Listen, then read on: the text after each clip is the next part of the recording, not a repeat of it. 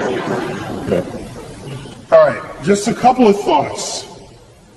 One that's sort of deeply cosmic and another one that is fascinatingly disturbing, I think. You'll be the judge of this.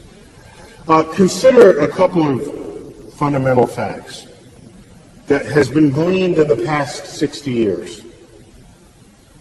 That the ingredients, if you had asked your chemistry teacher 50 years ago, once you looked at that mysterious chart of boxes that sat in front of your class, the periodic table of elements, where did those elements come from? The chemistry teacher would actually not have an answer for you. They'll say, well, dig them out of the earth. That's not where they come from. It took modern astrophysics to determine the origin of the chemical elements.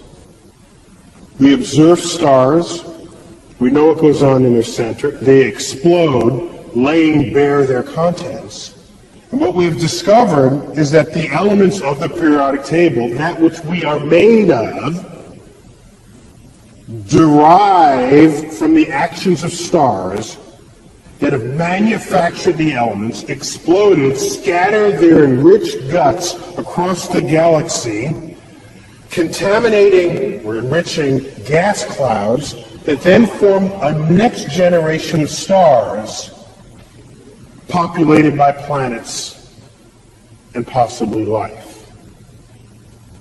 And so, when you look at the ingredients of the universe, the number one ingredient is hydrogen. Next is helium. Next is hydrogen,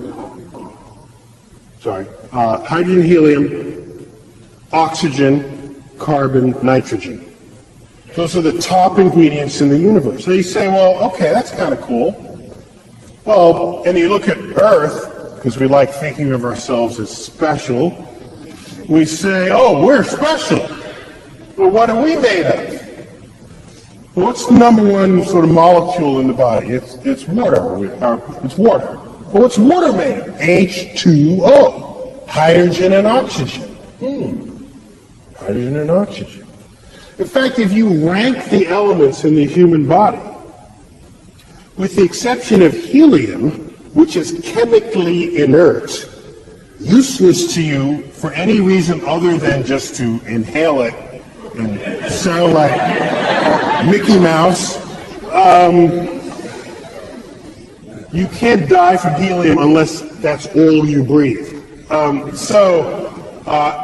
Number one in the human body is hydrogen. Matches the universe. Number two is oxygen. Matches the universe. Number three, carbon. Matches the universe. Number four, nitrogen. Matches the universe. And for each of us, the fifth element,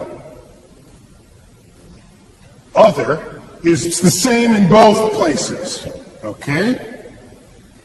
Other. So, we learned in the last 50 years that, of course, not only do we exist in this universe, it is the universe itself that exists within us. And had we been made of some rare isotope of bismuth, you would have arguments saying, hey, we're something special. But there are people who are upset by that fact, saying, well, that mean we're not special? Well, I think it's special in another kind of way. Because when you look up at the night sky, it's no longer we're here and that's there. It's that we are part of that. And that association, for me, is actually quite enlightening and ennobling and enriching. In fact, it's almost spiritual. Looking up at the night sky and finding a sense of belonging, given what we've learned about the night sky.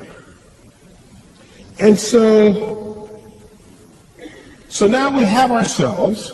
Now, are we alone in the universe?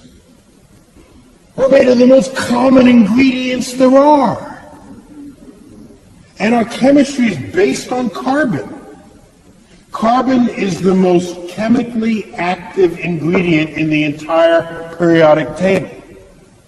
If you were to find a chemistry on which to base something really complex called life, you would base it on carbon. Carbon is like the fourth most abundant ingredient in the universe. Isn't that rare? You can make more molecules out of carbon than you can all other kinds of molecules combined. So if we ask ourselves, are we alone in the universe? It would be, in spite of my diatribe about UFOs, I tell you in the same breath that it would be inexcusably egocentric to suggest that we are alone in the cosmos. The chemistry is too rich to declare that. The universe too vast. There are more stars in the universe than grains of sand in all the beaches of the world. There are more stars in the universe than all the sounds and words ever uttered by all humans who have ever lived. To say we're alone in the universe. No, we haven't found life outside of Earth yet. We're looking, haven't looked very far yet. Galaxies this big, we looked about that far. But we're looking. And how about life on Earth? How is it hard to form? Just because we don't know how to do it in the lab doesn't mean nature had problems. So it may be, given that information, that given the right ingredients, which are everywhere, life may be inevitable, an inevitable consequence of complex chemistry.